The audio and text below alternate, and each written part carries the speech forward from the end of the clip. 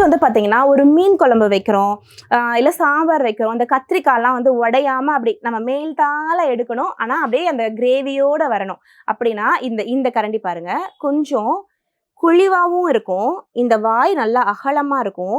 அப்போ நம்ம ஒரு ஒரு மீன் குழம்பையோ இல்லை ஒரு கறி குழம்பையோ இல்லை ஒரு கோழியவோ நம்ம கோழி குழம்பையோ அந்த பீஸோட கிரேவியும் சேர்த்து எடுக்கிறதுக்கு பர்ஃபெக்டாக இருக்கும் இந்த கரண்டி எல்லாமே. ஸோ ஒரு ஒரு கரண்டியை நம்ம வந்து டிசைன் பண்ணி ஒரு ஒரு விஷயத்தையும் பார்த்து எடுத்துகிட்டு வந்திருக்கோம்.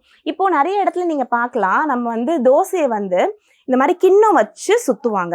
எதுக்காகனா அந்த பின்னாடி இருக்கக்கூடிய ஃப்ளாட் பேஸ்டாக இருந்ததுன்னா நம்மளுக்கு நல்ல கிறிஸ்பியாக தின்னான மாவு வந்து ஸ்ப்ரெட் பண்ண முடியும்னு சொல்லிட்டு, அது மேலே சுற்றும் போது ஆவி கையில் படும், அப்போ நம்மளுக்கு கை சுடும் அந்த கிண்ணத்தை வச்சு சுற்றும் போது. ஹோட்டலில் இருக்க மாஸ்டர்ஸ்க்கு அது யூஸ்டுவாக இருக்கலாம், நம்ம கிச்சனில் நம்ம எவ்ரிடே பண்ணும்போது அது நம்மளுக்கு வந்து கம்ஃபர்டபுளாக இருக்காது. ஸோ அதே இதில் ஷார்ட் ஹேண்டிலில் பின்னாடி குழிவு இருக்கிற மாதிரி ஒரு கரண்டி எடுத்துகிட்டு வந்திருக்கோம். ஸோ அந்த கிண்ணத்தில் வச்சு எப்படி ஊற்றி நீங்கள் சுற்றுவீங்களோ அந்த ஃபீல் உங்களுக்கு கிடைக்கும்.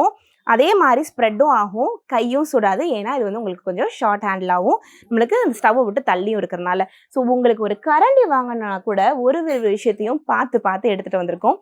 கரண்டியில் இவ்வளோ கலெக்ஷன்ஸ் இருக்குது.